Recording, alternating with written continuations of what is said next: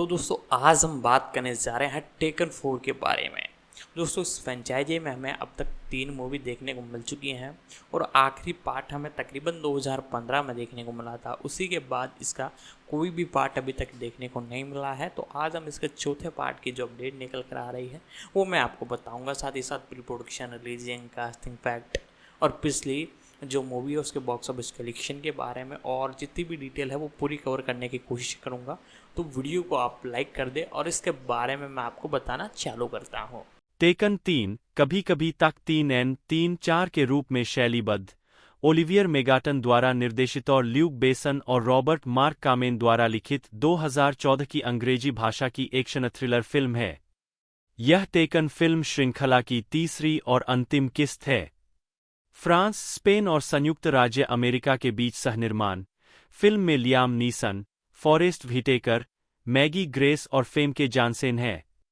यह film Germany में 2014 के अंत में रिलीज हुई और फिर संयुक्त राज्य अमेरिका में 9 जनवरी 2015 को 20वीं शताब्दी फॉक्स द्वारा और फ्रांस में 21 जनवरी 2015 को यूरोपाकॉर्प डिस्ट्रीब्यूशन द्वारा रिलीज हुई। इसने दुनिया भर में $326 मिलियन की कमाई की और आलोचकों से आम तौर पर प्रतिकूल समीक्षा प्राप्त की। कथानक: सेवानिवृत्त CIA अधिकारी ब्रायन मिल्स अपनी बेटी किम से मिलने उसके जन्मदिन का उपहार देने जाते हैं। एक अजीब मुलाकात के बाद वह अपनी पूर्व पत्नी लेनोर को डिनर पर आमंत्रित करता है।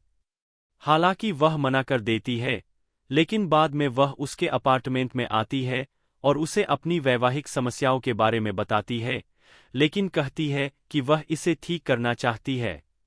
बाद में उसका पति स्टुअर्ट ब्रायन से कहता है कि वह अपनी पत्नी को फिर कभी न देखे। अगली सुबह ब्रायन को लेनोर से एक संदेश मिलता है जिसमें वह नाश्ते के लिए मिलने के लिए कहती है।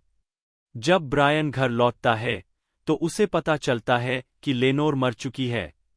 2 लैप्ड अधिकारी तुरंत उसे गिरफ्तार करने के लिए आते हैं, लेकिन ब्रायन उन्हें वश में कर लेता है।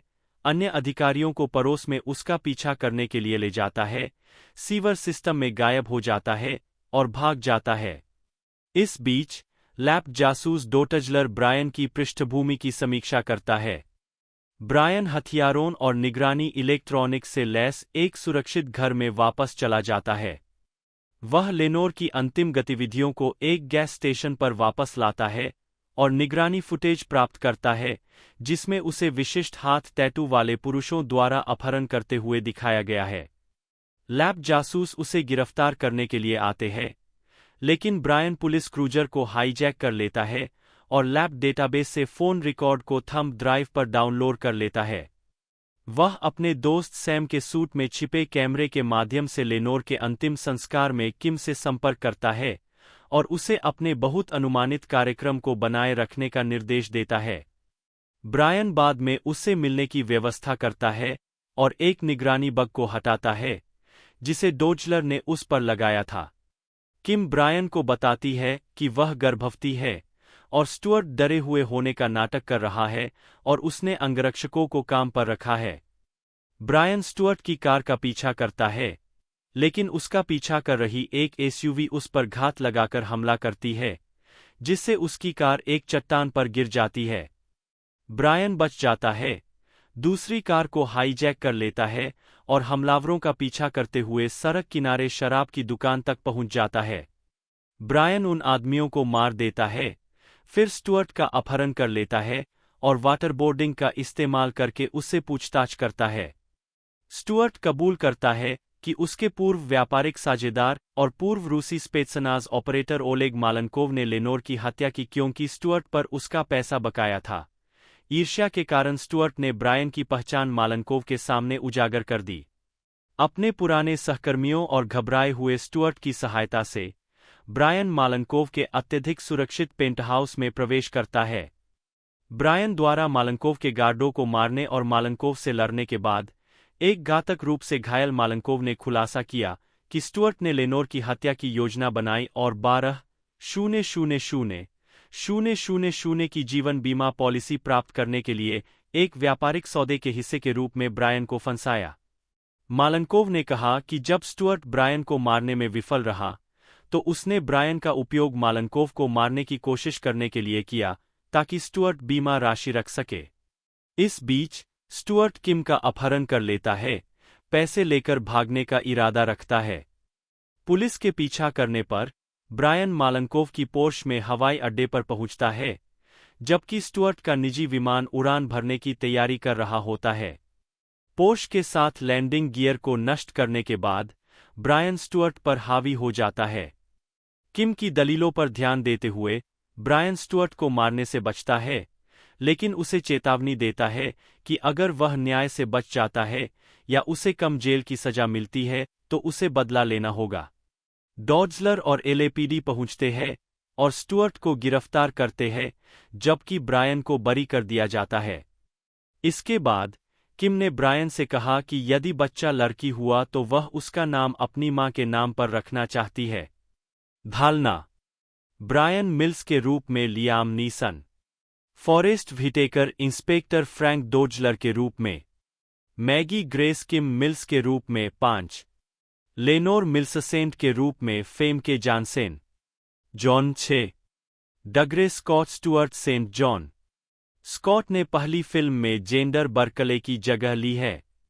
सैम स्प्रूएल ओलेग मालनकोव के रूप में, लेलैंड ओर्सर सैम गिलरॉय के रूप में 7, जॉन ग्रीज मार्क केसी के रूप में 7, डेविड वार्सहोफस्की बर्नी हैरिस, जॉनी वेस्टन जिमी के रूप में 8, डॉन हार्वे जासूस गार्सिया के रूप में, डिलेन ब्रूनो जासूस स्मिथ के रूप में, अल सैपिएंजा जासूस जॉनसन के रूप में। उत्पादन: 28 सितंबर 2012 को लियाम नीसन ने कहा कि तीसरी फिल्म नहीं होगी या टेकन 3 के होने की संभावना न्यूनतम थी। 9 बाद में अक्टूबर 2012 में पहली 2 फिल्मों के पटकथा लेखकों ने हॉलीवुड को बताया कि 20वीं शताब्दी फॉक्स और यूरोपा कॉर्प चाहते थे कि वे तीसरी फिल्म करे, लेकिन यह दूसरी दिशा में जाएगी।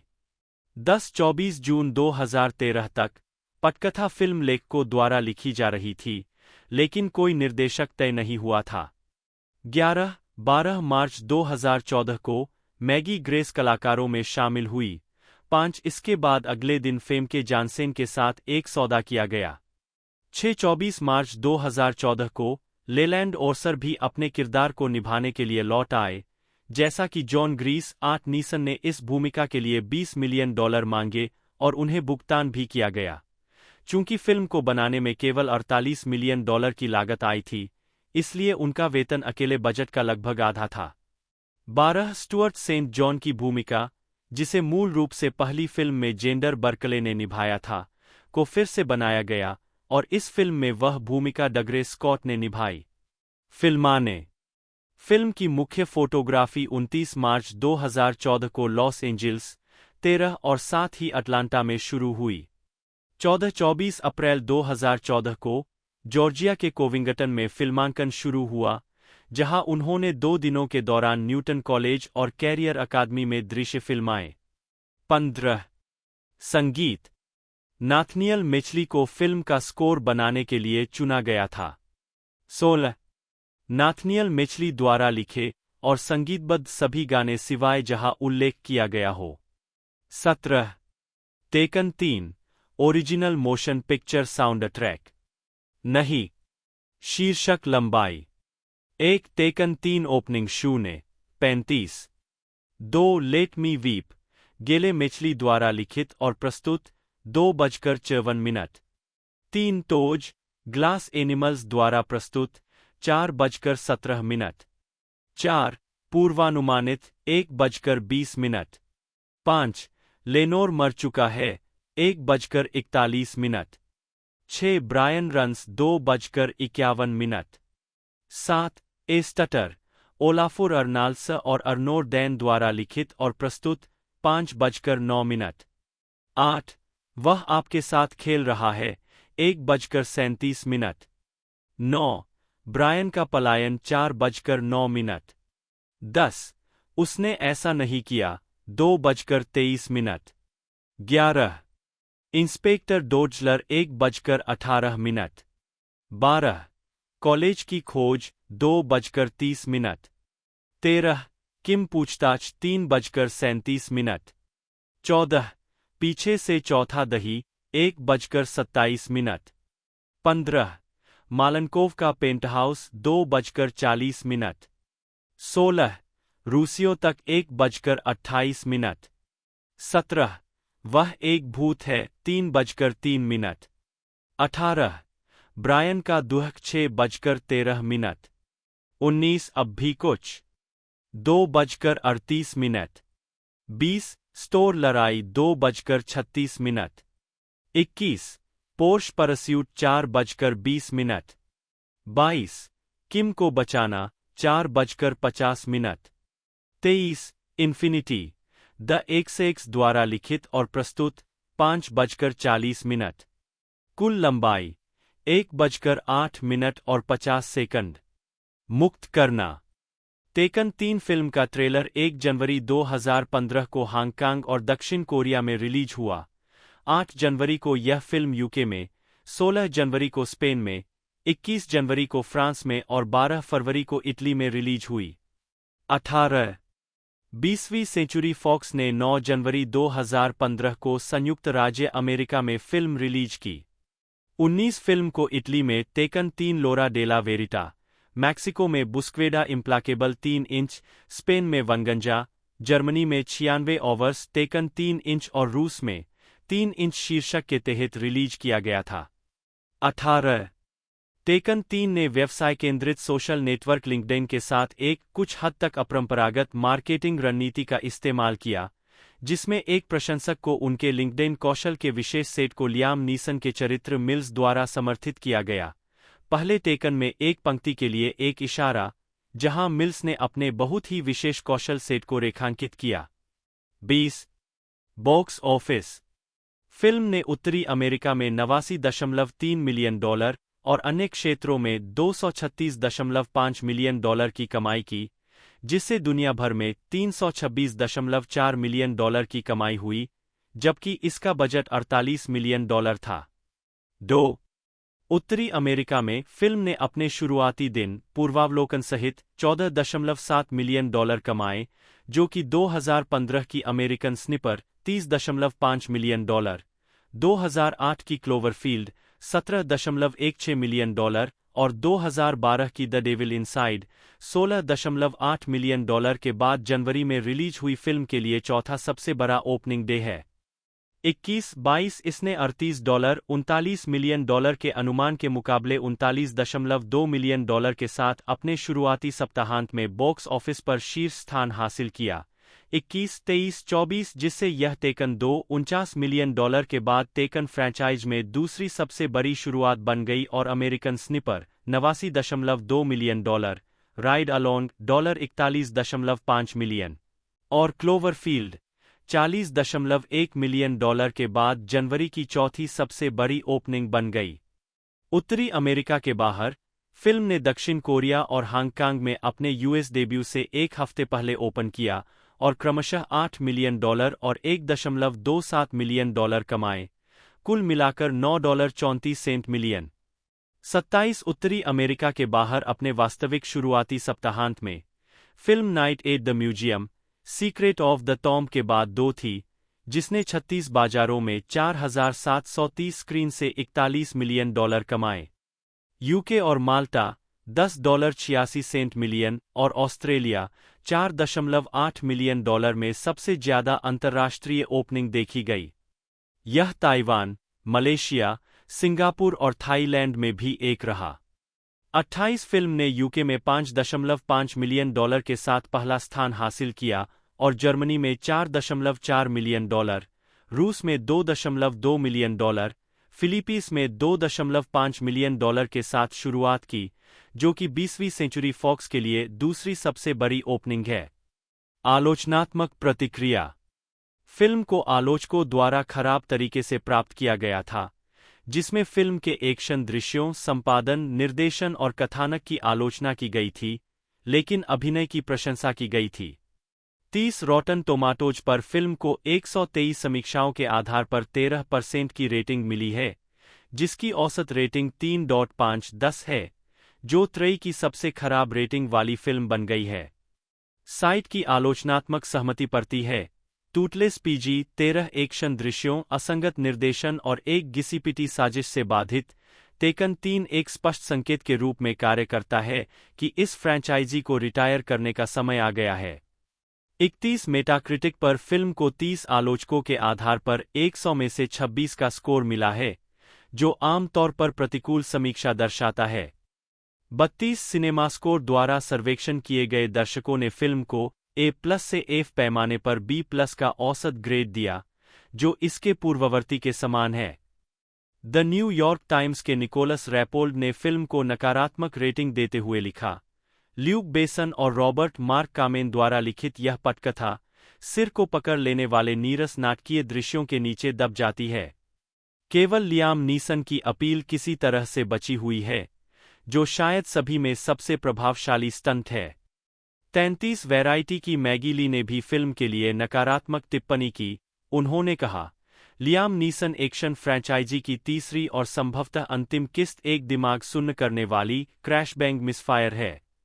34 लॉस एंजिल्स टाइम्स की बेत्सी शार्की ने फिल्म को नकारात्मक समीक्षा देते हुए लिखा, टेकन 3 इतनी अनजाने में प्रफुल्लित करने वाली है कि मैं आश्चर्यचकित हुए बिना नहीं रह सकी।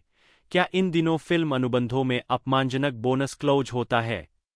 35 न्यूयॉर्क डेली न्यूज के जो न्यूमेयर ने फिल्म को 5 में से 0 स्टार दिए।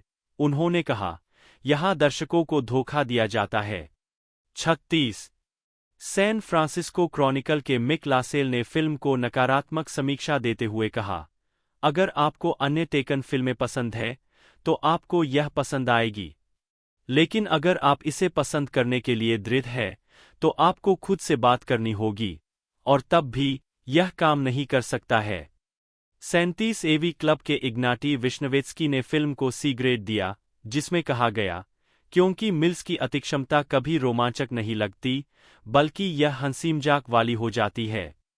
38 रोलिंग स्टोन के पीटर ट्रेवर्स ने फिल्म को 0 स्टार दिए, टिप्पणी करते हुए कहा, सीक्वल के मुरीदों सावधान रहें, यह चीज बेकार है। 62 साल की उम्र में नीसन में अभी भी एक चमक है, जिसका मतलब है कि वह बदमाश है।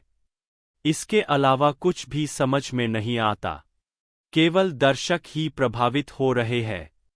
39 इसके विपरीत फिल्म को LA वीकली की एमी निकोलसन से अधिक सकारात्मक समीक्षा मिली, जिन्होंने फिल्म को C ग्रेड दिया। उन्होंने कहा, टेकन 3 के बारे में आपको बस इतना जानना चाहिए कि लियाम नीसन एक विस्फोटक कार दुर्घटना से बच जाता है 2 बार। 40 एंटरटेनमेंट वीकली के काइल एंडरसन ने भी फिल्म को B ग्रेड देकर समीक्षा के साथ सकारात्मक रुख अपनाया। उन्होंने टिप्पणी की, यह त्रयी में सबसे कमजोर है, लेकिन टेकन 3 एक और दिन जीवित रहने के लिए पर्याप्त है। 41 पुरस्कार वर्ग प्राप्तकर्ता परिणाम संदर्भ 3 च्वाइस अवार्ड्स पसंदीदा फिल्म अभिनेत्री एक्शन मैगी ग्रेस मनोनीत 42 पीपुल्स च्वाइस अवार्ड्स पसंदीदा थ्रिलर फिल्म जीत गया। ओलिवियर मेगाटन जन्म ओलिवियर फोंटाना 6 अगस्त 1965 एक फ्रांसीसी निर्देशक, लेखक और संपादक है, जिन्होंने the red siren, transporter 3, Colombiana, taken 2 और टेकन 3 फिल्मों का निर्देशन किया है। प्रारंभिक जीवन फोंटाना का जन्म पेरिस में हुआ था, हिरोशिमा पर परमाणु बम गिराए जाने के 20 साल बाद, और उन्होंने अपना कलात्मक नाम मेगाटन इसी से प्रभावित होकर चुना था। वे पेरिस के एक बैनली में पले भे और मनोविज्ञान में डिप्लोमा प्राप्त करने के बाद एक ग्राफिक कलाकार के रूप में सक्रिय थे और भित्तिचित्र कला में भी माहिर थे। संगीत वीडियो निर्देशक जीन बैप्टिस्ट मोंडिनो से मिलने के बाद उन्होंने फिल्मों में काम करना शुरू कर दिया। 1, 2, 3, 4 फोंटाना ने आखिरकार फीचर फिल्मों का निर्देशन करने से पहले शॉर्ट्स और वीडियो क्लिप बनाना शुरू किया। 5 वह इतालवी मूल के है। 6 आजीविका फोंटाना ने exit, the red siren, transporter 3, taken 2 और टेकन 3 का निर्देशन किया है। 7 उन्हें मैथिल्डा, लियोन की अगली कड़ी का निर्देशन करने के लिए चुना गया था, लेकिन उन्होंने राय व्यक्त की कि फिल्म बनने की संभावना नहीं है। 8 उन्होंने हिटमैन फिल्म के लिए सेकंड यूनिट डायरेक्टर के रूप में भी काम किया। फिल्म निर्देशन में उनकी ट्रेडमार्क तकनीक में जानबूझकर कैमरा वर्क और संपादन को भ्रमित करना शामिल है। 9.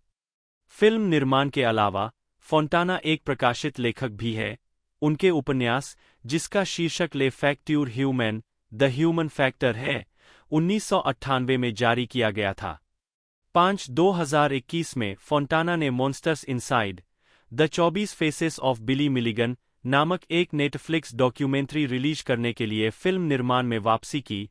डॉक्यूमेंट्री को डिसोसिएटिव आइडेंटिटी डिसऑर्डर के बारे में इसके कलंक के लिए रिलीज के तुरंत बाद आलोचना मिली। फिल्मोग्राफी, विशेष रूप से प्रदर्शित चलचित्र। निदेशक, एग्जिट 2000, द रेड सायरन 2002, लेखक भी।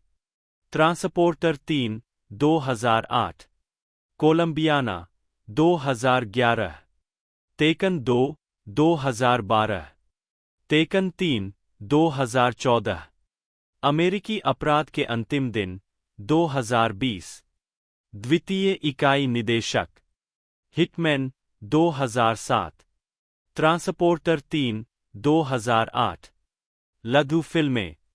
वर्ष, शीर्षक, निदेशक, लेखक, नोट्स। 1996 कठोर, व्यावहारिक हाँ नहीं। 1997 बहुत उदास हाँ नहीं।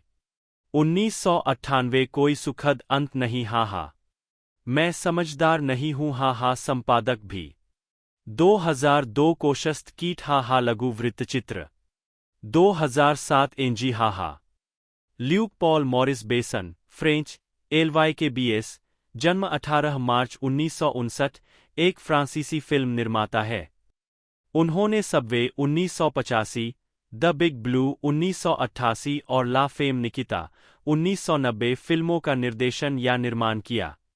सिनेमा डू लुक फिल्म आंदोलन से जुड़े उन्हें अपनी फिल्मों लियोन, द प्रोफेशनल 1994 और the messenger, the story of Joan of Arc 1999 के लिए सर्वश्रेष्ठ निर्देशक और सर्वश्रेष्ठ फिल्म के लिए सीजर पुरस्कार के लिए नामांकित किया गया था। उन्होंने अपनी science fiction action film the fifth element 1997 के लिए सर्वश्रेष्ठ निर्देशक और सर्वश्रेष्ठ फ्रांसीसी निर्देशक का पुरस्कार जीता। उन्होंने 2014 की science fiction action film Lucy और 2017 की space opera film Valerian and the city of 1000 planet का लेखन और निर्देशन किया।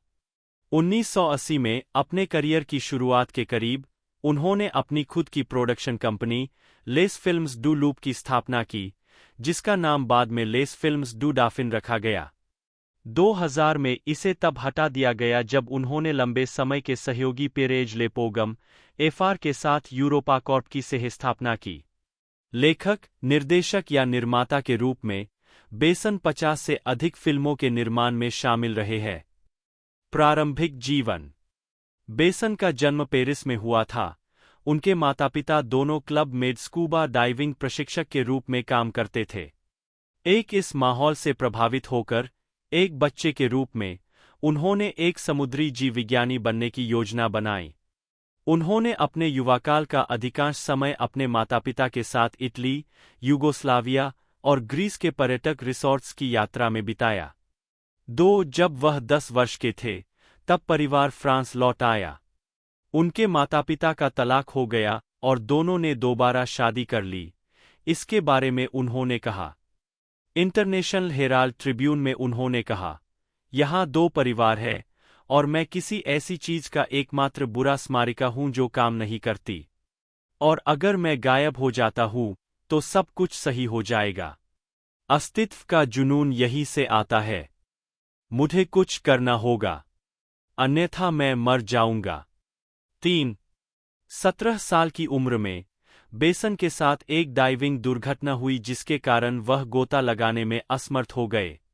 4. द गार्जियन के साथ 2000 के एक साक्षात्कार में उन्होंने बताया कि इसने उनके करियर के चुनाव को कैसे प्रभावित किया। मैं 17 साल का था और मैं सोच रहा था कि मैं क्या करने जा रहा हूं। इसलिए मैंने कागज का एक टुकड़ा लिया और बाईं ओर मैंने वह सब कुछ लिखा जो मैं कर सकता था या जिसके लिए मेरे पास कौशल था, और वह सब कुछ जो मैं नहीं कर सकता था। पहली पंक्ति छोटी थी और मैं देख सकता था कि मुझे लिखना पसंद है, मुझे चित्र पसंद है, मैं बहुत सारी तस्वीरें ले रहा था। इसलिए मैंने सोचा कि शायद फिल्में अच्छी होंगी। लेकिन मैंने सोचा कि वास्तव में यह जानने के लिए मुझे सेट पर जाना चाहिए।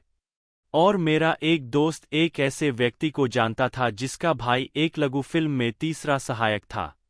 यह सच है। इसलिए मैंने कहा, ठीक है, चलो सेट पर चलते हैं। इसलिए मैं सेट पर गया। अगले दिन मैं अपनी माँ से मिलने गया और उनसे कहा कि मैं फिल्में बनाने जा रहा हूँ और स्कूल जाना बंद कर दूंगा और अलविदा। और मैंने ऐसा किया। इसके तुरंत बाद मैंने एक लघु फिल्म बनाई और यह बहुत, बहुत खराब थी। मैं यह साबित करना चाहता था कि मैं कुछ कर सकता हूँ, इसलिए मैंने एक लघु फिल्म बनाई। वास्तव में यही मेरी मुख्य चिंता थी, यह दिखाने में सक्षम होना कि मैं एक लघु फिल्म बना सकता हूँ। 5. आजीविका। बेसन ने कथित तौर पर अपनी किशोरावस्था में ही ले grand blue, the big blue के पहले ड्राफ्ट पर काम किया था।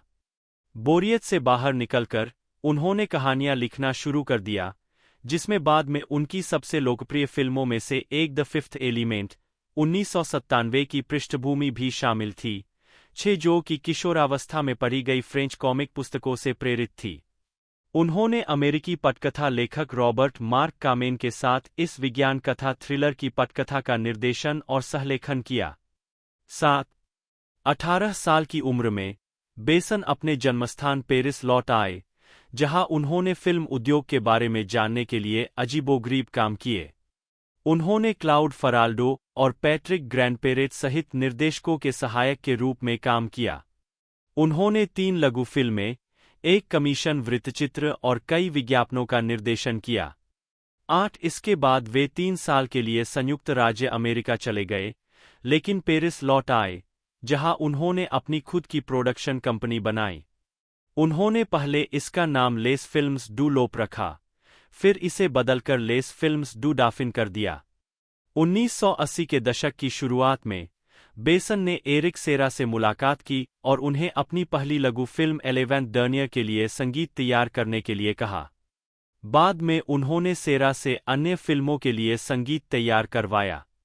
20वीं सदी के उत्तरार्ध से बेसन ने कई एक्शन फिल्में लिखी और निर्मित की है, जिनमें टैक्सी सीरीज 1998 से 2007, ट्रांसपोर्टर सीरीज 2002 से 2008, रॉबर्ट मार्क कामेन के साथ एक और सहयोग, और जेटली की फिल्में किस ऑफ द ड्रैगन और अनलीशेड शामिल है।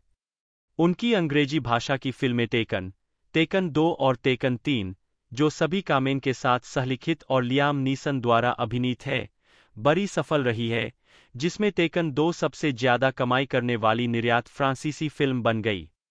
बेसन ने अपनी फिल्म द फिफ्थ एलिमेंट 1997 के लिए सर्वश्रेष्ठ निर्देशक के लिए लुमियरेस पुरस्कार 11 और सर्वश्रेष्ठ निर्देशक के लिए सीजर पुरस्कार जीता।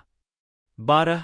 उन्हें अपनी फिल्मों लियोन, द प्रोफेशनल 1994, 13 और the messenger, the story of Joan of Arc 1999 के लिए सर्वश्रेष्ठ निर्देशक और सर्वश्रेष्ठ पिक्चर सीजर पुरस्कारों के लिए नामांकित किया गया था।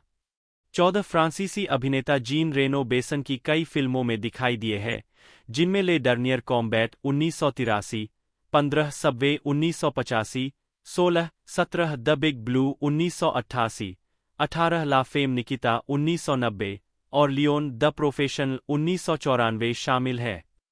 17. 2024 की गर्मियों में बेसन ने ड्रैकुला, ए लव टेल का निर्देशन किया, जो ड्रैकुला का एक रूपांतरण है जिसमें कैलेब लैंड्री जोन्स ने अभिनय किया है और इसमें क्रिस्टोफ वाल्ज भी है। 19. Cinema do look. राफेल बासन और गाय ऑस्टिन जैसे आलोचकों ने बेसन को सिनेमा डू लुक आंदोलन में एक महत्वपूर्ण व्यक्ति के रूप में उद्धृत किया है, एक विशिष्ट अत्यधिक दृश्य शैली जो 1980 के दशक से 1990 के दशक की शुरुआत में निर्मित हुई थी। सबवे 1985, द बिग ब्लू 1988 और ला फेम निकिता 1990 सभी को इस शैलीगत स्कूल का माना जाता है। यह शब्द आलोचक राफेल बासन द्वारा 1989 में ला रिव्यू डू सिनेमा नंबर 449 में लिखे एक निबंध में गढ़ा गया था। 20 प्रायोगिक सिनेमा के पक्षधर और न्यू वेव नॉवेले वेग निर्देशकों के मित्र बासन ने बेसन को जीन जैक्स बेनेक्स और लियोस कैरेक्स के साथ 3 निर्देशकों के रूप में समूहीकृत किया, जिन्होंने ले लुक की शैली साझा की। बेसन और इस तरह वर्गीकृत किए गए ज्यादातर फिल्म निर्माता इस लेबल से असहज थे। उन्होंने उनके काम की तुलना फ्रांस की नई लहर से की। बेसन ने 1985 में न्यूयॉर्क टाइम्स को दिए एक साक्षात्कार में कहा, जीन-ल्यूक गोडार्ड और फ्रांसवा त्रुफो मौजूदा सांस्कृतिक मूल्यों के खिलाफ विद्रोह कर रहे थे और सिनेमा को अभिव्यक्ति के साधन के रूप में इस्तेमाल कर रहे थे, क्योंकि यह उस समय का सबसे आधुनिक माध्यम था। आज, क्रांति पूरी तरह से उद्योग के भीतर हो रही है, और इसका नेतृत्व ऐसे लोग कर रहे हैं जो फिल्मों को बेहतर, ज्यादा विश्वसनीय और देखने में आनंददायक बनाकर उनका रूप बदलना चाहते हैं। उन्होंने कहा, चूंकि इस क्षेत्र में प्रवेश करना लगातार मुश्किल होता जा रहा है, इसलिए हमने एक मनोवैज्ञानिक कवच विकसित कर लिया है और काम करने के लिए कुछ भी करने को तैयार है। मुझे लगता है कि हमारा जोश ही फिल्म निर्माण प्रतिष्ठान के स्तंभों को हिलाकर रख देगा। 22 बेसन ने आंग सान सूकी की बायोपिक द लेडी 2011 मूल शीर्षक डांस ला लुमियर का निर्देशन किया। उन्होंने लॉकआउट 2012 पर भी काम किया। 23 काम बेसन की कई फिल्मों ने हमेशा आलोचनात्मक सफलता नहीं तो लोकप्रिय सफलता हासिल की है। ले grand blue, the big blue के लिए समीक्षाएं मिश्रित थी। लॉस एंजल्स टाइम्स के केविन थॉमस ने लिखा कि फिल्म बहुत लंबी और शुरू में अजीब थी, लेकिन यह स्पष्ट रूप से एक दूरदर्शी का काम है। 24 इंटरनेशनल हेराल्ड ट्रिब्यून ने 2007 में बेसन की प्रोफाइल में लिखा, जब 1988 के कान फिल्म फेस्टिवल में फिल्म का प्रीमियर हुआ तो इसे बेरहमी से पीटा गया, लेकिन कोई बात नहीं, यह एक धमाकेदार फिल्म थी। युवा लोगों ने इसे खूब पसंद किया और इसे बार-बार देखने के लिए वापस आते रहे। फिल्म ने 10 मिलियन टिकट बेचे और जल्दी ही वह बन गई जिसे फ्रांसीसी लोग फिल्म जनरेशनल कहते हैं, जो संस्कृति में एक निर्णायक क्षण था। 3 बेसन ने बेहद सफल आर्थर सीरीज बनाई, जिसमें Arthur and the Minimoys, Arthur and the forbidden city, Arthur and the vengeance of Maltazard और Arthur and the war of the two worlds शामिल है। 25 उन्होंने आर्थर एंड द इनविजिबल्स का निर्देशन किया, जो संग्रह की पहली 2 पुस्तकों का एक रूपांतरण है, जिसमें मैडोना और रॉबर्ट डेनिरो ने अभिनय किया है। 26 लाइव एक्शन और एनिमेशन वाली यह फिल्म यूके और यूएस के साथ साथ फ्रांस में भी रिलीज हुई थी। 26, 27, 25 आलोचनात्मक मूल्यांकन बेसन को फ्रांसीसी फिल्म निर्माताओं में सबसे हॉलीवुड के रूप में वर्णित किया गया है। 28 स्कॉट टोबियास ने लिखा कि उनकी चिकनी वाणिज्यिक एक्शन फिल्में इतनी अदला-बदली करने वाली थी ड्रग्स, स्लीज, चकलिंग सुपरविलेन और हांगकांग शैली के प्रभाव, कि प्रत्येक नई परियोजना संभवतः शीर्षक पृष्ठ पर व्हाइट आउट के साथ शुरू होती है। 29 अमेरिकी फिल्म समीक्षक आर्मंड व्हाइट ने बेसन की प्रशंसा की है, जिन्हें वे सर्वश्रेष्ठ फिल्म निर्माताओं में से एक मानते हैं, जिन्होंने एक्शन फिल्म को परिष्कृत और क्रांतिकारी बनाया है। उन्होंने लिखा कि बेसन अपने पात्रों के संघर्ष को मानव पतन के प्रति एक ईमानदार प्रतिरोध के रूप में नाटकीय रूप देते हैं। 30 2012 में फिल्म समीक्षक एरिक कोहन ने इंडीवायर में लिखा, ल्यूक बेसन की फिल्मोग्राफी वर्षों से धब्बेदार रही है, जिसमें सनसनीखेज पॉप कला और चमकदार बेकार चीजों की समान मात्रा है, एक प्रवृत्ति जो उनके निर्देशन क्रेडिट से परे फैली हुई है। 31 व्यक्तिगत जीवन बेसन की 4 बार शादी हो चुकी है। पहली बार 1986 में अभिनेत्री एनी पेरिलॉड से। उनकी एक बेटी जूलियट थी, जिसका जन्म 1987 में हुआ। पेरिलॉड ने बेसन की ला फेम निकिता 1990 में अभिनय किया। 1991 में उनका तलाक हो गया। 32 बेसन की दूसरी पत्नी अभिनेत्री और निर्देशक मैवेन लेबेस्को थी, जिनसे उन्होंने 32 साल की उम्र में डेटिंग शुरू की थी और वह 15 साल की थी। 33 उन्होंने 1992 के अंत में शादी की, जब 16 वर्षीय लेबेस्को उनकी बेटी शन्ना के साथ गर्भवती थी, जिसका जन्म 3 जनवरी 1993 को हुआ था। 34 ले बेस्को ने बाद में दावा किया कि उनके रिश्ते ने बेसन की फिल्म लियोन 1994 को प्रेरित किया, जहां कथानक में एक वयस्क पुरुष और 12 वर्षीय लड़की, तत्कालीन 12 वर्षीय नताली पोर्टमैन द्वारा अभिनीत के बीच भावनात्मक संबंध शामिल थे। 33 उनकी शादी 1997 में समाप्त हो गई, जब बेसन द फिफ्थ एलिमेंट 1997 के निर्माण के दौरान अभिनेत्री मिला जोवोविच, तब 19 वर्ष की थी, के साथ शामिल हो गए। 35, 36, 37 हमने ऑडिशन के दौरान ही अपने बीच विशेष केमिस्ट्री को महसूस कर लिया था और फिल्म की शूटिंग के दौरान यह और भी बढ़ गई, जोवोविच ने कहा। उन्होंने 14 दिसंबर 1997 को जोवोविच से शादी की, जब वह 38 वर्ष के थे और वह 21 वर्ष की थी। 1999 में उनका तलाक हो गया। 38, 37 28 अगस्त 2004 को 45 वर्ष की आयु में बेसन ने 32 वर्षीय फिल्म निर्माता वर्जिनी सिल्ला से विवाह किया। उनके 3 बच्चे हैं। 39 बलात्कार का आरोप 2018 में डच बेल्जियम की अभिनेत्री सैंड वान रॉय, जो वेलेरियन और city of A thousand planet में दिखाई दी, ने बेसन पर बलात्कार का आरोप लगाया। 40, 41, 42 निर्देशक के वकील थियरी मैरेम्बर्ट ने कहा कि बेसन इन काल्पनिक आरोपों से स्पष्ट रूप से इनकार करते हैं और आरोप लगाने वाला कोई ऐसा व्यक्ति है जिसे वह जानते हैं, जिसके साथ उन्होंने कभी अनुचित व्यवहार नहीं किया है।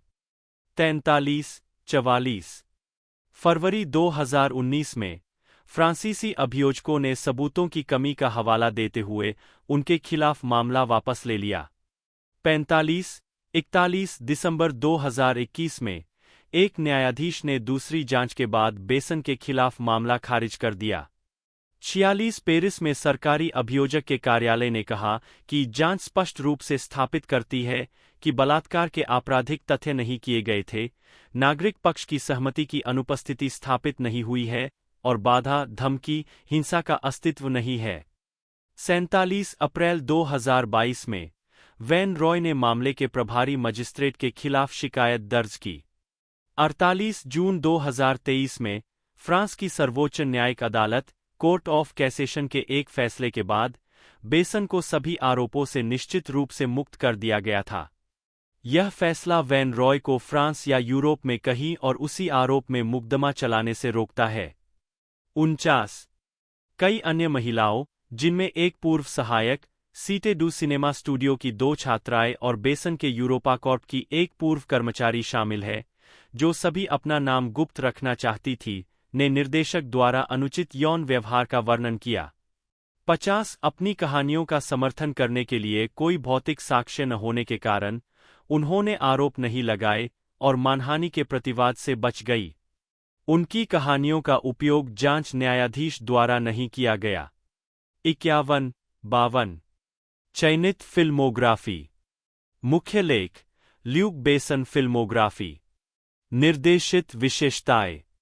एलवंत Dernier 1981, Le Dernier Combat 1983, Subway 1985, the big blue 1988, La Femme Nikita 1990, Atlantis 1991, Leon the professional 1994, the fifth element 1997, the messenger the story of Joan of Arc 1999, Angela 2005, Arthur and the Minimoys 2006, Arthur and the revenge of Maltazard 2009, Adele Blanc Sec के असाधारण रोमांच 2010, Arthur 3 the war of the two worlds 2010, the lady 2011,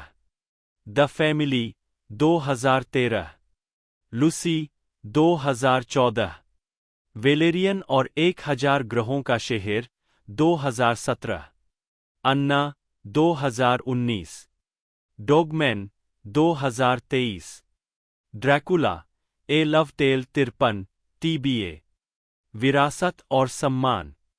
बेसन के पुरस्कारों में Brussels international festival of fantasy film critics पुरस्कार, फैंटास्पोर्टो audience jury पुरस्कार विशेष उल्लेख, सर्वश्रेष्ठ निर्देशक और सर्वश्रेष्ठ फिल्म, 1983 में ले डर्नियर कॉम्बैट के लिए, Italian national syndicate of film journalists silver ribbon सर्वश्रेष्ठ निर्देशक विदेशी फिल्म, ला फेम निकिता के लिए, 1990, अलेक्जेंडर कोर्डा पुरस्कार सर्वश्रेष्ठ ब्रिटिश फिल्म के लिए नील बाय माउथ, 1997, और सर्वश्रेष्ठ निर्देशक सीजर पुरस्कार, द फिफ्थ एलिमेंट के लिए, 1997, 7।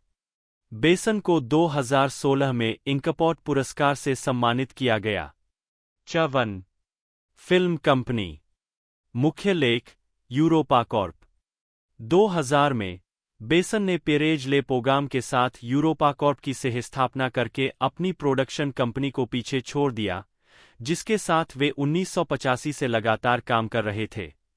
ले पोगाम तब गॉमोंट के साथ वितरण निदेशक थे। यूरोपा कॉर्प ने कई अंग्रेजी भाषा फिल्मों के आधार पर मजबूत विकास किया है, जिसका अंतर्राष्ट्रीय वितरण है। पेरिस, नॉर्मैंडी और हॉलीवुड में इसकी उत्पादन सुविधाएं हैं, और यह जापान और चीन में वितरण साझेदारी स्थापित कर रहा है। वीडियो संगीत, पुल मरीन, इसाबेल अज्जानी, 1983। मोन लीजियोनेयर, surge गेंसबर्ग, 1988। Q मोनकूर लाचे, माइलेन farmer, 1992। Love profusion, Madonna, 2003। I feel everything, कारा डेलेविंगने, 2017। संदर्भ, विलियम जॉन नीसन ओबीई, जन्म 7 जून 1952, उत्तरी आयरलैंड के एक अभिनेता है। उन्हें कई पुरस्कार मिले हैं, जिनमें एक अकादमी पुरस्कार, एक बाफ्टा पुरस्कार, 3 गोल्डन ग्लोब पुरस्कार और 2 टोनी पुरस्कार के लिए नामांकन शामिल है। 2020 में, उन्हें आयरलैंड के 50 महानतम फिल्म अभिनेताओं की द आयरिश टाइम्स सूची में 7वें स्थान पर रखा गया था। 4 नीसन को 2000 में order of the British empire, OBE का अधिकारी नियुक्त किया गया था। 5 नीसन ने पिलग्रिम्स प्रोग्रेस के साथ अपनी फिल्मी शुरुआत की, उसके बाद Excalibur, 1981, the bounty, 1984, the mission, 1986, the Deadpool, 1988 और हस्बैंड्स एंड वाइव्स, 1992 में शुरुआती भूमिकाएं निभाई। स्टीवन स्पीलबर्ग की होलोकॉस्ट ड्रामा शिंडलर्स लिस्ट, 1993 में ऑस्कर शिंडलर की भूमिका निभाकर वे प्रमुखता में आए, जिसके लिए उन्हें सर्वश्रेष्ठ अभिनेता के लिए अकादमी पुरस्कार के लिए नामांकन मिला। उन्होंने Nell, 1994, Rob Roy, 1995, Michael Collins, 1996 और लेस मिजरेबल्स, 1998 जैसी ड्रामा फिल्मों में मुख्य भूमिकाएं निभाई।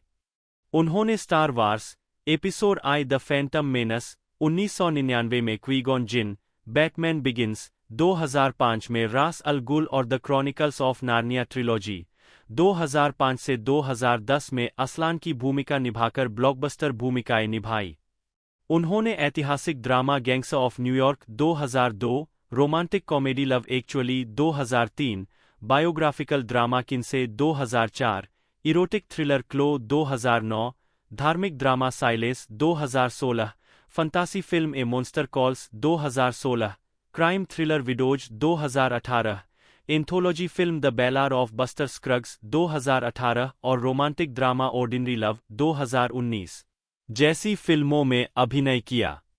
2009 की शुरुआत में नीसन ने एक्शन थ्रिलर सीरीज टेकन, 2008 से 2014, the A Team, 2010, the grey, 2011, wrath of the titans, 2012 और a walk among the tombstones, 2014 और कोल्ड परस्यूट, 2019 के साथ खुद को एक एक्शन स्टार के रूप में स्थापित किया।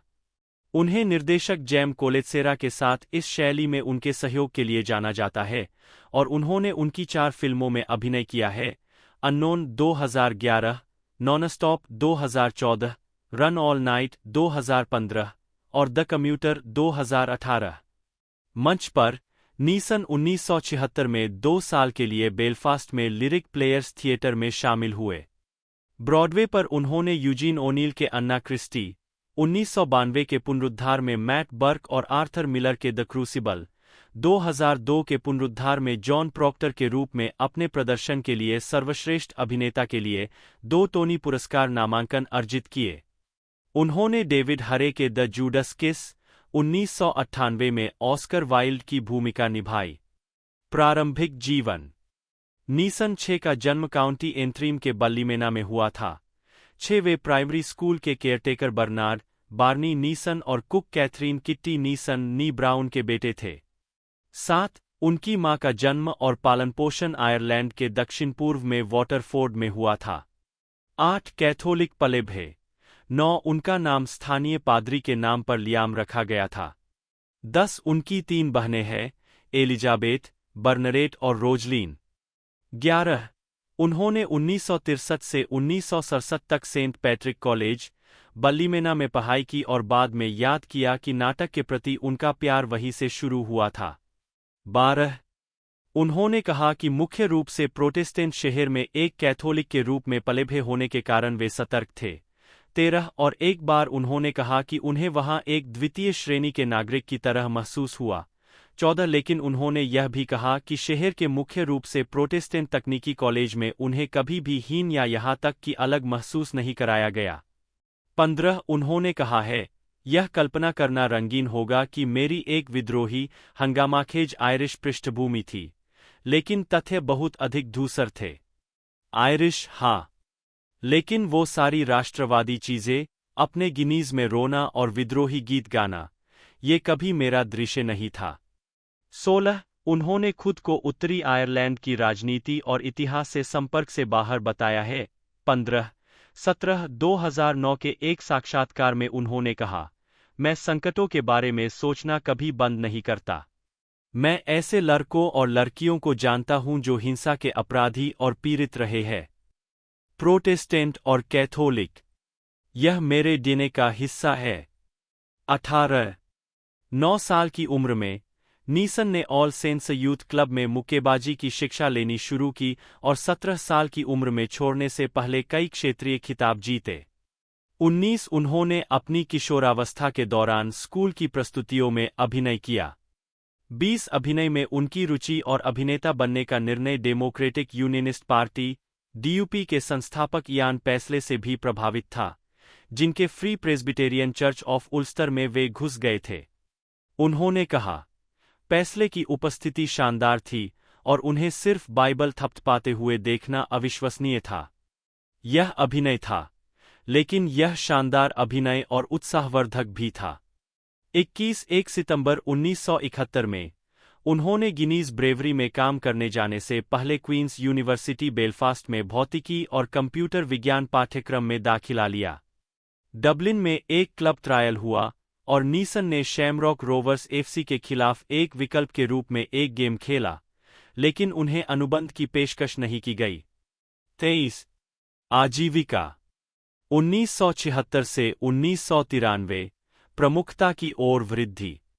विश्वविद्यालय छोड़ने के बाद नीसन बल्लीमेना लौट आए, जहां उन्होंने कई तरह की आकस्मिक नौकरियों में काम किया, जैसे कि गिनीज में फोर्कलिफ्ट ऑपरेटर और लोरी ड्राइवर। 24-25 उन्होंने न्यूकैसल अपॉन टाइन में 2 साल के लिए शिक्षक प्रशिक्षण कॉलेज में भी भाग लिया, इससे पहले कि वे अपने गृहनगर लौट आए। 1976 में वह बेलफास्ट में लिरिक प्लेयर्स थिएटर में शामिल हो गए, जहां उन्होंने 2 साल तक प्रदर्शन किया। उन्हें अपना पहला फिल्म अनुभव 1977 में मिला, जब उन्होंने धार्मिक फिल्म पिलग्रिम्स प्रोग्रेस 1978 में जीसस क्राइस्ट और द इवेंजलिस्ट की भूमिका निभाई। वह 1978 में डबलिन चले गए, जब उन्हें प्रोजेक्ट आर्ट्स सेंटर में रॉन हचिंसन की सेज ही द ट्रबल के बारे में एक नाटक में हिस्सा देने की पेशकश की गई। 1980 में उन्होंने स्टीफन री, रे मैकनेली और मिक लैली के साथ ब्रायन फ्रेल के नाटक ट्रांसलेशन में डोल्टी की भूमिका निभाई, जो फ्रेल और री की फील्ड डे थिएटर कंपनी का पहला प्रोडक्शन था, जिसे पहली बार 23 सितंबर 1980 को डेरी के गिल्डहॉल में प्रस्तुत किया गया था। 2011 में उन्होंने BBC 2 की सीरीज लाइफ टू शॉर्ट में खुद की भूमिका निभाई, जिसमें रिकी गेरवाइस, स्टीफन मर्चेंट और वारविक डेविस ने अभिनय किया था। 2011 के अंत में नीसन को जेफ वेन की वॉर ऑफ द वर्ल्ड्स की एक नई एल्बम रिकॉर्डिंग और एरिना प्रोडक्शन में मुख्य किरदार, एक पत्रकार की भूमिका निभाने के लिए चुना गया था। उन्होंने रिचर्ड बर्टन का स्थान लिया, जो मरणोपरांत सीजीआई एनिमेशन के माध्यम से एरिना प्रोडक्शन में दिखाई दिए थे।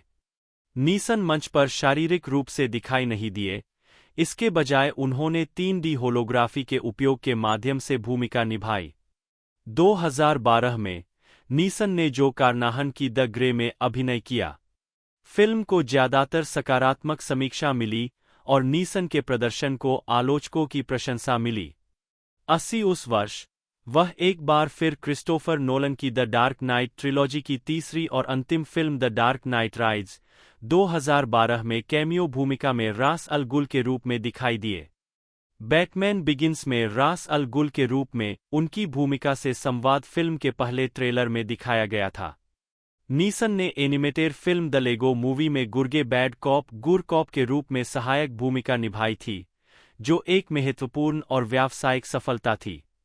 बाद में नीसन ने 2014 की एक्शन फिल्म नॉनस्टॉप में बिल मार्क्स की भूमिका निभाई।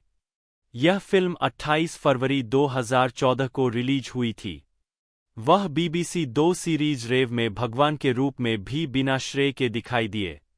नीसन ने 2014 की film a walk among the tombstones में अभिनय किया, जो इसी नाम के सबसे ज्यादा बिकने वाले उपन्यास का रूपांतरण है, जिसमें उन्होंने पूर्व पुलिस वाले मैथ्यू स्करर की भूमिका निभाई है, जो एक ड्रग डीलर की पत्नी के हत्यारों का शिकार करने के लिए काम पर रखा गया जासूस है।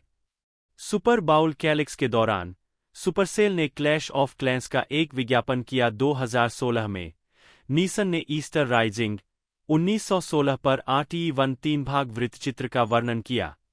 82 टेकन फिल्मों की सफलता के बाद नीसन तेजी से एक्शन थ्रिलर फिल्मों के स्टार के रूप में जाने जाते हैं। 83 the A team unknown, the grey, nonstop, a walk among the tombstones, run all night, the commuter और रिट्रीब्यूशन के अलावा नीसन द्वारा अभिनीत अन्य हालिया एक्शन फिल्मों में cold pursuit 2019, honest thief 2020, the marksman 2021, the ice road 2021, blacklight 2022, memory 2022 और in the land of cents and Sinners. 2016 में नीसन ने निर्देशक मार्टिन स्कॉर्सेसे के साथ एंड्रयू गारफील्ड और एडम ड्राइवर के साथ अभिनीत उपन्यास साइलेंस के रूपांतरण के साथ फिर से काम किया। 84 उसी वर्ष उन्होंने Spanish film a monster calls में मॉन्स्टर के लिए आवाज और मोशन कैप्चर किया। 85 2018 में उन्होंने कोएन ब्रदर्स की western anthology film the ballad of Buster Scruggs 86 और Steve McQueen crime thriller Widows में वियोला डेविस के साथ अभिनय किया। 87 उन्होंने पीटर लैंसमैन द्वारा निर्देशित mark felt the man who brought down the white house 2017 में मार्क फेल्ट की भूमिका निभाई। 88 और नील जॉर्डन द्वारा निर्देशित मार्लो 2022 91 टेलीविजन पर उन्होंने डेरी गर्ल्स 2022 में चीफ कांस्टेबल बायर्स की भूमिका निभाई और अटलांटा 2022 में खुद का एक काल्पनिक संस्करण चित्रित किया। 92 सक्रियतावाद। नीसन अमेरिका में आग्नेयास्त्र रखने के अप्रतिबंधित अधिकार का विरोध करते हैं। 94 और उन्होंने बंदूक नियंत्रण की मांग की है। 95 जनवरी 2015 में उन्होंने अपने विचारों को दोहराया। उस महीने की शुरुआत में चार्ली हेब्दो गोलीबारी के बारे में एक सवाल का जवाब देते हुए अमीराती अखबार गल्फ न्यूज के साथ एक साक्षात्कार में अमेरिकी बंदूक कानूनों को अपमानजनक कहा। 96 जवाब में अमेरिकी बंदूक निर्माता पैरा USA, जिसने टेकन फिल्म श्रृंखला में नीसन द्वारा इस्तेमाल किए गए प्रोप हथियार प्रदान किए, ने कहा, हम अब लियाम नीसन अभिनीत फिल्मों में उपयोग के लिए आग्नेयास्त्र प्रदान नहीं करेंगे और हॉलीवुड में हमारे दोस्तों और भागीदारों से अनुरोध करेंगे कि वे हमारे ब्रांड और उत्पादों को उनकी परियोजनाओं से न जोड़ें।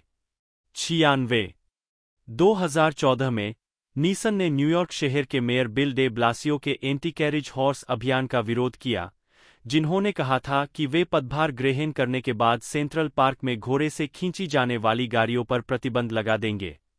उन्होंने द न्यूयॉर्क टाइम्स में प्रकाशित एक राय पृष्ठ लिखा, जिसमें कैरिज व्यापार को कर्मचारियों, घोड़ों और पर्यटकों के लिए सुरक्षित बताया गया और कहा गया कि यह कई अप्रवासियों के लिए आजीविका का साधन है।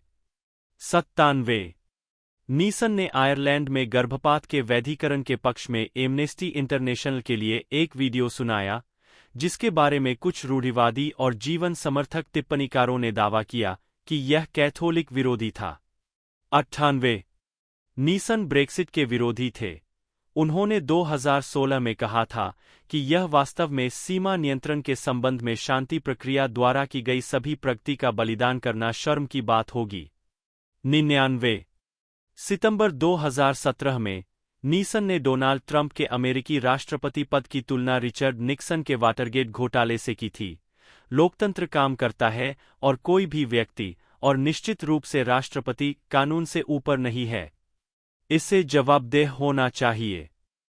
नीसन ने 2001 की documentary journey into amazing caves का वर्णन किया, जो 2 वैज्ञानिकों के बारे में एक लघु फिल्म है जो संभावित इलाजों की सामग्री की खोज के लिए दुनिया भर में यात्रा करते हैं, और द एंड्योरेंस, शेकलटन की लीजेंडरी अंटार्कटिक एडवेंचर। बाद वाली ने कई फिल्म समारोहों में पुरस्कार जीते, जिसमें शिकागो फिल्म क्रिटिक्स एसोसिएशन और नेशनल बोर्ड ऑफ रिव्यू दोनों से सर्वश्रेष्ठ डॉक्यूमेंट्री शामिल है। नीसन आर्थर मिलर के नाटक द क्रूसिबल के पुनरुद्धार में ब्रॉडवे में लौटे, जिसमें उन्होंने लौरा लिनेनी के साथ अभिनय किया। जॉन प्रॉक्टर के रूप में उनके प्रदर्शन के लिए उन्हें एक नाटक में सर्वश्रेष्ठ अभिनेता के लिए टोनी पुरस्कार के लिए नामांकन मिला। 49 वैरायटी के चार्ल्स इशरवुड ने नीसन की प्रशंसा करते हुए लिखा। 50 उसी वर्ष नीसन ने कैथरीन बिगेलो की 2002 की पनडुब्बी थ्रिलर के 19 द विडोमेकर में कैप्टन मिखाइल पोलेनिन के रूप में हैरिसन फोर्ड के साथ अभिनय किया। वह डैनियल डे-लुइस, लियोनार्डो डिकैप्रियो और कैमरून डियाज के साथ मार्टिन स्कॉर्सेज की ऐतिहासिक ड्रामा गैंग्स ऑफ न्यूयॉर्क के कलाकारों में भी शामिल थे। 51 2003 में उन्होंने रिचर्ड कर्टिस की romantic comedy film love actually, 2003 में Hugh Grant, Colin Firth, Emma Thompson, Alan Rickman और लौरा लिनी के साथ अभिनय करते हुए एक हाल ही में विधवा हुई लेखिका की भूमिका निभाई। 52 यह फिल्म व्यावसायिक रूप से सफल रही और तब से एक पंथ क्लासिक और छुट्टियों की पसंदीदा बन गई है। 53 54 55 अगले वर्ष उन्होंने अल्फ्रेड किन्से की भूमिका निभाई, जिसमें उन्होंने लौरा लिनी और पीटर सारसगार्ड और जॉन लिथगो के साथ फिर से जीवनी पर आधारित ड्रामा किन्से का किरदार निभाया। 56 नीसन को द एविएटर 2004 के लिए लियोनार्डो डिकैप्रियो से हारते हुए सर्वश्रेष्ठ अभिनेता मोशन पिक्चर ड्रामा के लिए गोल्डन ग्लोब पुरस्कार के लिए नामांकन मिला। उन्होंने एप्लाचियन इमरजेंसी रूम स्केच में एक रेडनेक ट्रकर, मार्लन वीवर की भूमिका निभाई और 2 स्टोनर्स, दूसरा एमी पोहलर द्वारा निभाया गया के बारे में एक स्केच में एक हिप्पी के रूप में अभिनय किया, जो मारिजुआना के अपने खोए हुए भंडार को खोजने के लिए एक पुलिस कुत्ते को उधार लेने का प्रयास करते हैं। किसी भी आयरिश स्टीरियोटाइप को न निभाने की कसम खाने के बावजूद, नीसन ने home makeover show parody you call this a house do या में लोरकन मैकार्डल नामक एक आयरिश व्यक्ति की भूमिका निभाई। 58 अक्टूबर 2005 में मैडिसन स्क्वायर गार्डन में U2 कॉन्सर्ट में नीसन, बायन और राल्फ फिएनेस। 2005 में नीसन ने मुख्यधारा की ब्लॉकबस्टर फिल्मों में कई भूमिकाएं निभाई। उन्होंने रिडले स्कॉट की महाकाव्य साहसिक किंगडम ऑफ हेवन में गॉडफ्रे ऑफ इबेलिन, क्रिस्टोफर नोलन की एक्शन फिल्म बैटमैन बिगिंस में मुख्य खलनायकों में से एक रास अल घुल का किरदार निभाया। 59 और पैट्रिक मैककेब के उपन्यास ब्रेकफास्ट ऑन प्लूटो के नील जॉर्डन के रूपांतरण में फादर बर्नार्ड का किरदार निभाया। 60 उसी वर्ष उन्होंने फंतासी साहसिक film the chronicles of Narnia, the lion, the witch and the wardrobe, 2005 में ब्रायन कॉक्स की जगह असलान द लायन का किरदार निभाया, जो इसी नाम की C.S. लुईस की किताब का रूपांतरण था। 61 द सिम्पसंस, 62 उसी वर्ष उन्होंने blockbuster fantasy film the chronicles of Narnia, the lion, the witch and the wardrobe में शेर असलान को अपनी आवाज दी। 63 2007 में उन्होंने अमेरिकी गृहयुद्ध महाकाव्य सेराफिम फॉल्स में अभिनय किया। नीसन ने वीडियो गेम फॉलआउट 3 में मुख्य किरदार के पिता जेम्स की आवाज दी। 64 कार्यकारी निर्माता टॉड हॉवर्ड ने कहा यह भूमिका लियाम को ध्यान में रखकर लिखी गई थी और पूरे खेल के लिए नाटकीय स्वर प्रदान करती है। 65 फॉलआउट 3 फॉलआउट श्रृंखला का तीसरा गेम आलोचकों द्वारा बेहद अच्छी तरह से प्राप्त हुआ और 2008 के अंत तक इसकी 4.7 मिलियन प्रतियां भेज दी गई, जिस वर्ष यह जारी हुआ था। 66 2007 ट्रांसफॉर्मर्स डीवीडी के निर्देशक की टिप्पणी में माइकल बे ने कहा कि उन्होंने एनिमेट्रो से ऑप्टिमस प्राइम की शारीरिक भाषा बनाने में नीसन से प्रेरणा लेने के लिए कहा था। 2008 वर्तमान एक्शन स्टारडम नीसन द्वारा 2012 में ड्यूविल अमेरिकी फिल्म महोत्सव में प्रस्तुति। 2008 में नीसन ने एक्शन फिल्म टेकन में अभिनय किया, जो कि फ्रांसीसी निर्मित फिल्म थी जिसमें फेमके जानसेन और मैगी ग्रेस भी थी, जो ल्यूक बेसन और रॉबर्ट मार्क कामेन की पटकथा पर आधारित थी और पिरे मोरेल द्वारा निर्देशित थी। नीसन ने कुलीन विशेष गतिविधि प्रभाग से एक सेवानिवृत्त CIA ऑपरेटिव की भूमिका निभाई है, जो अपहरण होने के बाद अपनी किशोर बेटी को ट्रैक करने के बारे में सोचता है। टेकन दुनिया भर में बॉक्स ऑफिस पर हिट रही, जिसने दुनिया भर में $223.9 मिलियन की कमाई की, जो इसके उत्पादन बजट से लगभग $200 मिलियन अधिक थी। नीसन ने साक्षात्कारों में कहा है कि उनका मानना था कि टेकन ने कुछ लोगों को वास्तव में यूरोप की यात्रा करने के विचार से दूर कर दिया था। अरसक टेकन ने नीसन को फिर से लोगों की नज़रों के केंद्र में ला दिया। 69 उन्होंने हयाओ मियाजाकी की anime film Ponyo on the cliff by the sea के लिए भी आवाज़ दी, जिसे अगस्त 2009 में रिलीज़ किया गया। 70 2010 में नीसन ने 1981 की film clash of the titans के रीमेक में जीउस की भूमिका निभाई। यह फिल्म बॉक्स ऑफिस पर बहुत बड़ी हिट रही, जिसने दुनिया भर में $475 मिलियन की कमाई की। 71 नीसन ने एटम एगोयान की कामुक थ्रिलर क्लो में भी अभिनय किया, जिसे 26 मार्च 2010 को सोनी पिक्चर्स क्लासिक्स द्वारा नाटकीय रूप से रिलीज किया गया। क्लो ने व्यावसायिक सफलता का आनंद लिया और कनाडाई निर्देशक की अब तक की सबसे बड़ी पैसा बनाने वाली फिल्म बन गई। 72 उसी वर्ष बाद में उन्होंने टेलीविजन सीरीज द ए-टीम की स्पिन-ऑफ मूवी में जॉन हैनिबल स्मिथ की भूमिका निभाई। 73 नीसन ने 2010 की sequel the chronicles of Narnia the voyage of the dawn treader 75 2011 में नीसन ने एक्शन थ्रिलर अननोन में अभिनय किया, जो कि 2010 की शुरुआत में बर्लिन में फिल्माई गई एक फ्रांसीसी पुस्तक का जर्मन ब्रिटिश अमेरिकी सहनिर्माण था और जैम कोलेत्सेरा द्वारा निर्देशित था। इस फिल्म ने Nonstop 2014, Run all Night 2015, The Commuter 2018 और रिट्रीब्यूशन 2023 सहित इसी तरह की एक्शन फिल्मों की एक श्रृंखला पर नीसन और कोलेत्सेरा निर्देशक और या निर्माता के रूप में के बीच सहयोग किया। नीसन ने स्टीवन स्पीलबर्ग के साथ डोरिस किर्न्स गुडविन की किताब टीम ऑफ राइवल्स पर आधारित 2012 की फिल्म लिंकन में अब्राहम लिंकन के रूप में अभिनय करने की योजना के साथ फिर से काम किया। 76 नीसन ने अंततः भूमिका को अस्वीकार कर दिया, यह दावा करते हुए कि वह अपनी बिक्री की तारीख से आगे निकल चुके थे और भूमिका के लिए बहुत बूढ़े हो गए थे और उनकी जगह डैनियल डे-लुइस, जिन्होंने लिंकन की भूमिका निभाने के लिए सर्वश्रेष्ठ अभिनेता का अपना तीसरा अकादमी पुरस्कार जीता को लिया गया। 78 1980 में फिल्म निर्माता जॉन बोरमन ने उन्हें ऑफ माइस एंड मेन में लेनी स्मॉल के रूप में मंच पर देखा और उन्हें आर्थरियन फिल्म एक्सकैलिबर में सर ग्वेन की भूमिका की पेशकश की। भूमिका के बाद नीसन लंदन चले गए, जहां उन्होंने मंच पर और छोटे बजट की फिल्मों और टेलीविजन में काम करना जारी रखा। वह अभिनेत्री हेलेन मिरेन के साथ रहते थे, जिनसे उनकी मुलाकात एक्सकैलिबर में काम करते हुए हुई थी। 28 1982 और 1987 के बीच उन्होंने 5 फिल्मों में अभिनय किया, विशेष रूप से 1984 की द बाउंटी में मेल गिब्सन और एंथनी हॉपकिंस के साथ और 1986 की द मिशन में रॉबर्ट डी नीरो और जेरेमी आयरन्स के साथ।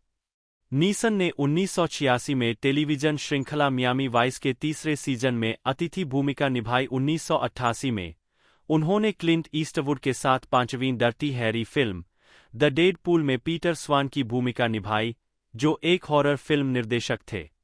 1990 में उन्होंने सैम रेमी की डार्कमैन में मुख्य भूमिका निभाई। हालांकि यह फिल्म सफल रही, लेकिन नीसन के बाद के वर्षों में उन्हें उतनी पहचान नहीं मिली। 1993 से 2000 सफलता और प्रशंसा। स्टीवन स्पीलबर्ग ने ब्रॉडवे पर अन्ना क्रिस्टी में उन्हें देखने के बाद नीसन को अपनी होलोकॉस्ट फिल्म शिंडलर्स लिस्ट 29 में ऑस्कर शिंडलर की भूमिका की पेशकश की। केविन कॉस्टनर, मेल गिब्सन और वॉरेन बीटी सभी ने इस भूमिका में रुचि व्यक्त की। 30-31 बीटी ने ऑडिशन भी दिया। 30 लेकिन भूमिका के लिए ऑडिशन देने के बाद दिसंबर 1992 में नीसन को कास्ट किया गया। 31 उन्होंने केनेली की किताब पढ़ी और निष्कर्ष निकाला कि उनके चरित्र को नाजियों के साथ मौजमस्ती करना अच्छा लगता था। केनेली की किताब में यह कहा गया है कि वे उन्हें एक तरह का विदूषक मानते थे। अगर नाजी न्यूयॉर्कर थे, तो वह अरकांसस से थे। 32 उनके समीक्षकों द्वारा प्रशंसित प्रदर्शन ने उन्हें सर्वश्रेष्ठ अभिनेता ऑस्कर के लिए नामांकन दिलाया और फिल्म को 1993 की सर्वश्रेष्ठ फिल्म का पुरस्कार जीतने में मदद की। उन्हें इस प्रदर्शन के लिए बाफ्टा और गोल्डन ग्लोब्स के लिए भी नामांकन मिला। वह जल्द ही एक मांग वाले प्रमुख अभिनेता बन गए। 1993 में नीसन ने यूजीन ओनील के नाटक अन्ना क्रिस्टी के पुनरुद्धार में मैट बर्क की भूमिका निभाते हुए ब्रॉडवे की शुरुआत की, जिसमें उनके एलिस द्वीप की सहकलाकार और भावी पत्नी नताशा रिचर्डसन के साथ अभिनय किया। अपने प्रदर्शन के लिए उन्हें एक नाटक में सर्वश्रेष्ठ अभिनेता के लिए टोनी पुरस्कार के लिए नामांकित किया गया था।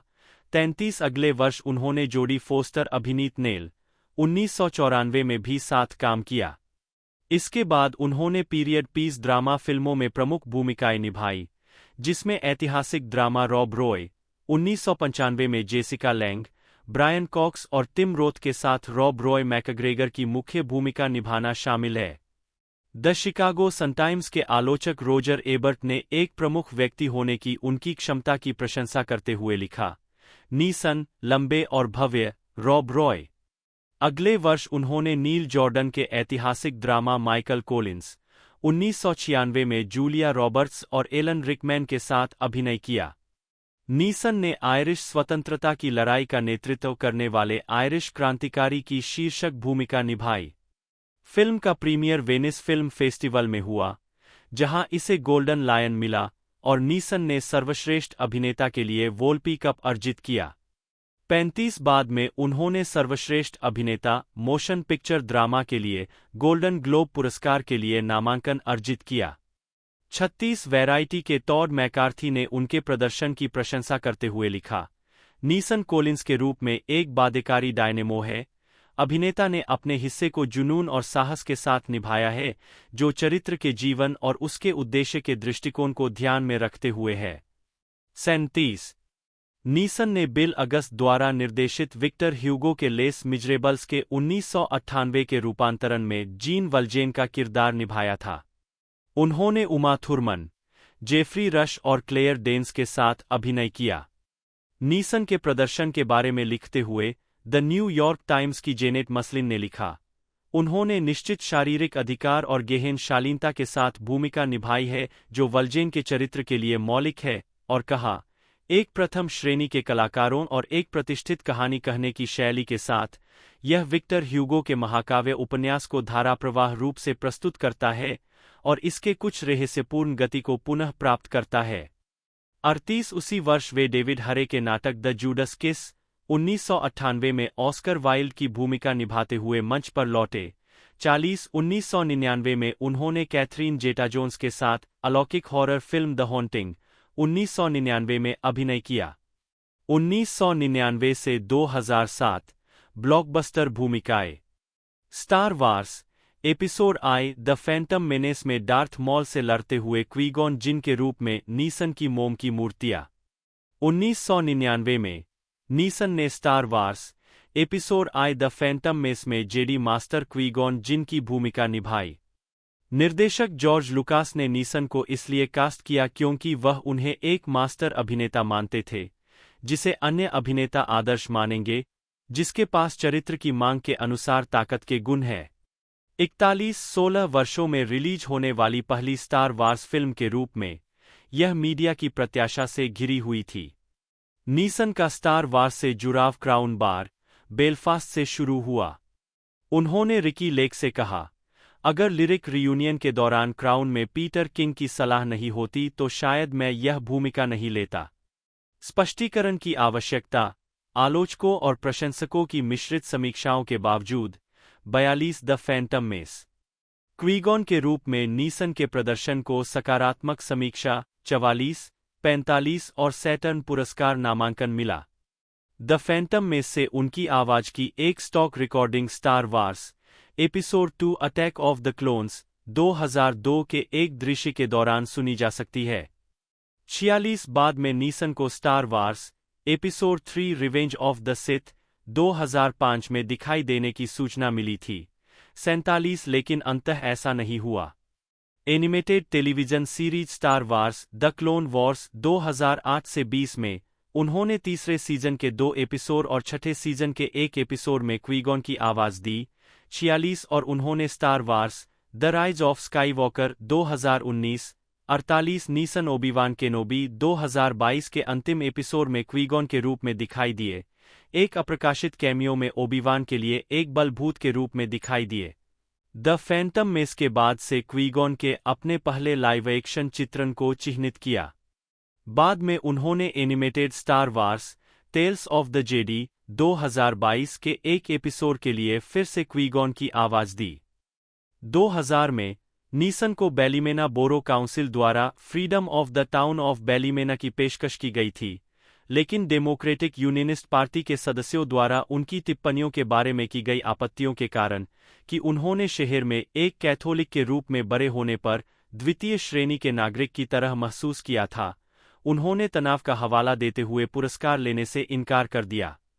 141 विवाद के बाद नीसन ने परिषद को एक पत्र लिखा जिसमें कहा गया था, मैं हमेशा अपने पालन पोषण और शहर और अपने जन्म के देश के साथ जुड़ाव पर बहुत गर्व महसूस करूंगा, जिसे मैं हर अवसर पर बढ़ावा देना जारी रखूंगा। वास्तव में, मैं बैलीमेना में समुदाय के सभी वर्गों से वर्षों से मिल रहे स्थायी समर्थन को एक अभिनेता के रूप में मेरी किसी भी सफलता के लिए पर्याप्त मान्यता से अधिक मानता हूँ। 142 नीसन को 2000 के नए साल के सम्मान में क्वीन एलिजाबेथ द्वितीय द्वारा Order of the British Empire (OBE) का अधिकारी नियुक्त किया गया था। 5 अमेरिकन आयरलैंड फंड ने नीसन को न्यूयॉर्क शहर में अपने 2008 के डिनर गाला में आयरलैंड में लाए गए महान गौरव के लिए उनके प्रदर्शन कला पुरस्कार से सम्मानित किया। 143-209 में न्यूयॉर्क में एक समारोह में नीसन को क्वींस यूनिवर्सिटी, बेलफास्ट द्वारा डॉक्टरेट की मानद उपाधि से सम्मानित किया गया। 144-9 अप्रैल 2016 को उन्हें Irish Film and Television Academy (IFTA) द्वारा मैंशन हाउस, डबलिन में सिनेमा पुरस्कार में उत्कृष्ट योगदान से सम्मानित किया गया, जिसमें आयरिश राष्ट्रपति माइकल डी. हिगिंस ने पुरस्कार प्रदान किया। 145-2017 में नीसन को यूके स्थित कंपनी रिचटोपिया द्वारा दुनिया भर के 200 सबसे प्रभावशाली परोपकारी और सामाजिक उद्यमियों की सूची में 74वें नंबर पर सूचीबद्ध किया गया था। 146 जनवरी 2018 में उन्हें आयरिश राष्ट्रपति माइकल डी. हिगिंस द्वारा आयरिश विदेश पुरस्कार के लिए विशिष्ट सेवा से सम्मानित किया गया, जिन्होंने इसे विदेश में आयरिश लोगों के लिए एक पुरस्कार के रूप में वर्णित किया जो मानवता के लिए योगदान दे रहे हैं। 148 यह भी देखें, ब्रिटिश अकादमी पुरस्कार के नामांकितों और विजेताओं की सूची। आयरिश अकादमी पुरस्कार विजेताओं और नामांकितों की सूची।